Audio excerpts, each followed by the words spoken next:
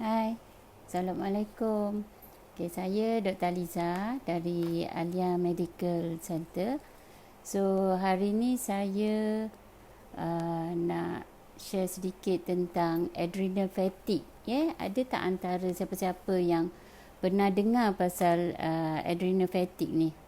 Okay, so sebenarnya adrenal fatigue ni diberi nama oleh seorang yang expert dalam bidang alternative medicine pada tahun 1998 iaitu James Wilson. Dia dapat terms adrenal fatigue ni yang mana maksud dia adalah bila seseorang tu ada simptom yang terhasil daripada bila kelenjar adrenal tidak berfungsi dengan baik, tak berfungsi pada tahap yang sepatutnya. So biasanya dijumpai pada orang-orang yang sangat stressful, yang hidup dia penuh dengan stres ataupun yang mempunyai penyakit kronik, penyakit kronik macam bronkitis atau pneumonia yang lama lah. So orang-orang ni yang biasanya kita boleh jumpa keadaan yang kita panggil sebagai adrenal fatigue.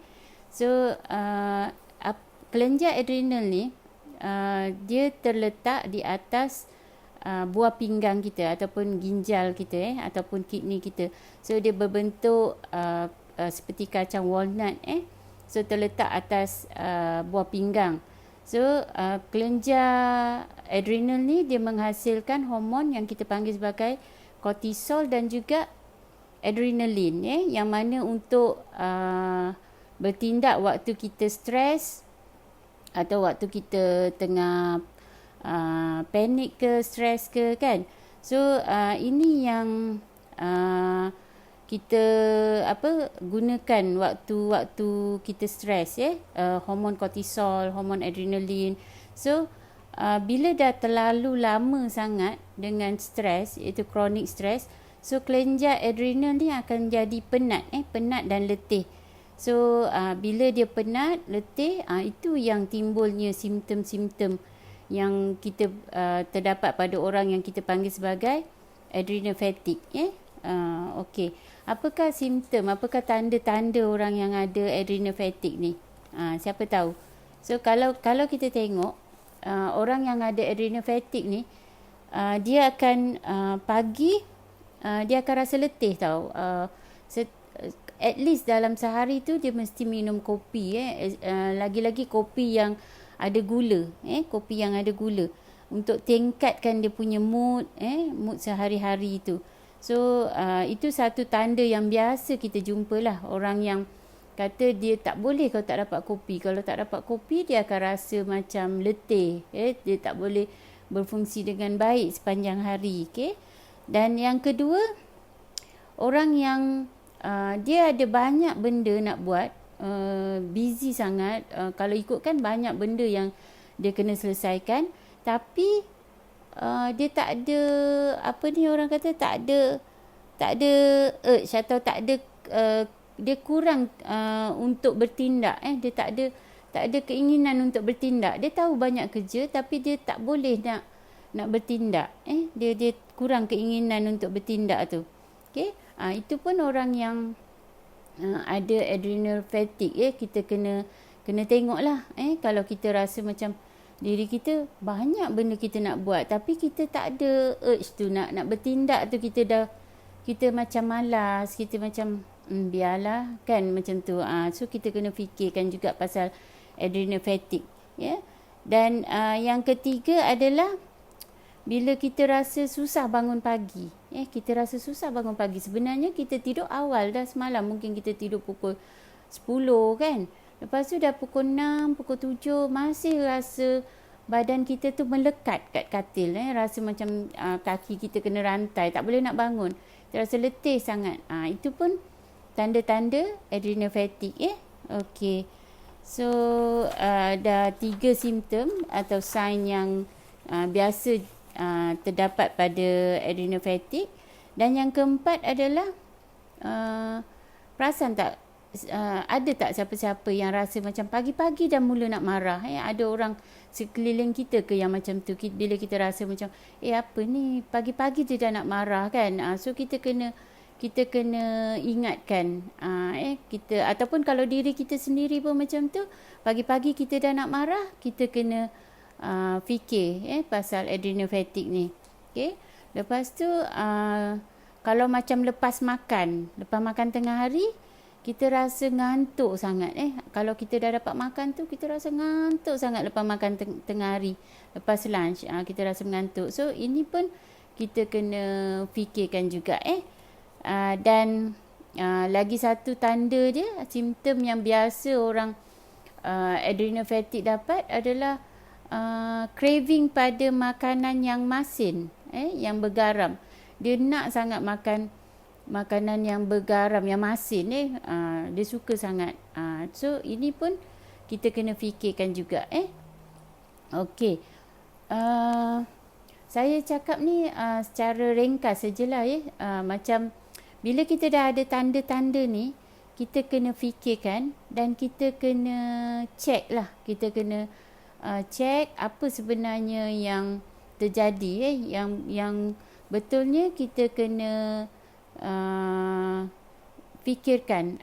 Sebenarnya kan ada yang kata kalau kita check pun kita tak dapat secara direct yang mengatakan kita ni betul ke adrenal fatigue ke tidak. Tapi apa yang salah satu cara yang kita boleh check ialah hormon kita. Kadang-kadang bila orang yang terlalu stres, dapat stres yang berpanjangan, orang yang sakit, orang yang sakit lama, yang sakit kronik kan, bila dia cek hormon kortisol ni kan, kalau kita stres dia akan tinggi kan. Kalau pagi hormon kortisol kita tinggi sepatutnya. Bacaan dia biasa kalau area pagi ni dalam 400, maksimum dalam 600 macam tu. Tapi bila kita cek pagi pun kortisol kita dah rendah. So itu kita kena fikirkan jugalah. Okay. So apakah rawatan? Macam mana kita nak kurangkan simptom atau sign adrenal fatigue ni? Okay. So kalau satunya kan, first mestilah kita kena hilangkan stres kita. Kita kena get away daripada kita punya stressor tu, kita punya yang menyebabkan kita stres. Contohnya kita kena elakkan, kalau kita tak suka something tu, kita janganlah duduk kat situ pula, kita tunggu ke, kita cuba elakkan stres-stres yang boleh menyebabkan diri kita jadi stres lah. Ataupun kita, kalau benda tu dah biasa dalam hidup kita, mungkin yang menyebabkan kita stres tu pasangan kita ke, so kita kena belajar. Kalau kita rasa nak hidup terus dengan pasangan kita tu, kita kena adaptasi lah. Kita kena belajar cara untuk kita adapt dengan dia.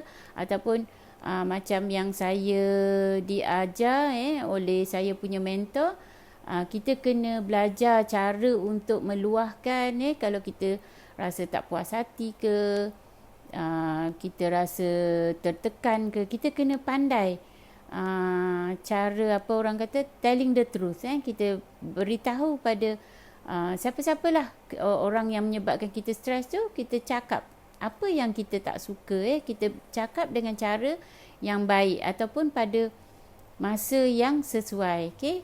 So kita beritahu dan kita harap mungkin dengan cara kita telling the truth ni boleh merubah keadaan. Ataupun lagi satu cara, kita belajar menerima. Kita belajar menerima, kita tak menolak. So bila kita belajar menerima sesuatu yang kita rasa boleh streskan kita, so bila tak ada penolakan, kita punya stres tu akan kurang. Bila kita menerima, dia akan kurang rasa perasaan stres tu ataupun depres ke, dia akan kurang. Kita kena pandai dan kita kena belajar menerima. Okay? Itu antara yang first lah. Maksudnya yang boleh mengganggu kita punya kelenjar adrenal, kita stres, stres, so kita kena pandai atasi stres ni. Okey. Yang kedua, cara nak rawat adrenal fatigue ni, kita kena beri makanan yang sihat pada badan kita. Actually bila kita kurangkan stres, kita makan makanan yang sihat, so simptom-simptom kita ni akan berkurang tau. Akan berkurang secara slowly, dan kita akan tengok makin lama badan kita akan makin sihat. Kita akan kurang dah simptom yang macam saya cakap tadi, yang susah bangun pagi, yang rasa melekat, yang rasa melekat kat katil, yang rasa letih, baru pagi-pagi pun dah letih, lepas tengah hari pula mengantuk kan. So dia akan kurang. So yang kedua ni, kita kena makan makanan yang sihat. Kita kena jaga diet kita. So kita elakkan makanan yang ada gula, gula, especially gula pasir, gula putih tu memang tak elok, memang tak sihat, sebab dia akan menyebabkan keradangan dalam badan kita. Yang kedua ialah kita elakkan junk food, dan kita cuba kurangkan makan makanan yang mengandungi gluten ataupun tepung, kurangkan karbo. So bila kita buat benda ni, dia akan mengurangkan gula dalam darah, dan dia mengurangkan inflammation ataupun keradangan dalam badan kita. So dengan secara slowly, kita punya kelenjar adrenal akan jadi sihat semula lah. Okey. Jangan kita tunggu sampai dah teruk baru kita nak cari ubat apa semua. Sebenarnya kelenjar adrenal ni, dia keletihan kelenjar adrenal ni, dia tak perlu dirawat dengan ubat tau sebenarnya, tapi kita dengan cara hidup kita yang sihat, pemakanan kita yang sihat, dengan elakkan stres, dia akan kembali normal, tapi secara perlahan. Tapi kita kena juga ambil suplemen. Suplemen ni termasuklah antioksidan macam vitamin C, Lepas tu kita ambil vitamin B, B6, B5, B12, B kompleks lah. Lepas tu kita ambil fish oil, sebab dalam fish oil kita ada omega 3 kan. Lepas tu macam mineral, kita ambil magnesium. Ini semua yang boleh membantu kita punya kita punya kelenjar adrenal tu untuk sihat semula. Okey. Dan yang ketiga, cara lain ialah boleh ambil hormon replacement, tapi ini kena check dengan doktor. Kena check dengan doktor untuk hormon replacement, sebab hormon replacement pun kena hati-hati. Kita kena check betul-betul perlu ke tidak kita ambil. Okey. So saya rasa tu saja perkongsian saya hari ni. Agak simple dan ringkas, tapi saya harap dapat membantulah pada siapa yang melihat saya punya live hari ni. Saya harap dapat memberi sedikit sebanyak ilmu tentang adrenal fatigue, yang selalunya tak disedari. Ramai yang tak sedar bila kita ada adrenal fatigue ni. Ramai yang tak perasan, sebab kita ingat kita letih saja kan, tapi sebenarnya punca dia adalah kelenjar adrenal kita yang dah penat. Yang dah penat, yang dah letih. So kita boleh rawat semula. Kita macam saya cakap tadi, kita boleh beri atau ambil makanan yang sihat, dan kita elakkan stres dalam hidup kita. Okey. Itu saja perkongsian saya hari ni. Terima kasih banyak pada siapa yang join live saya. Assalamualaikum semua. Terima kasih. Bye.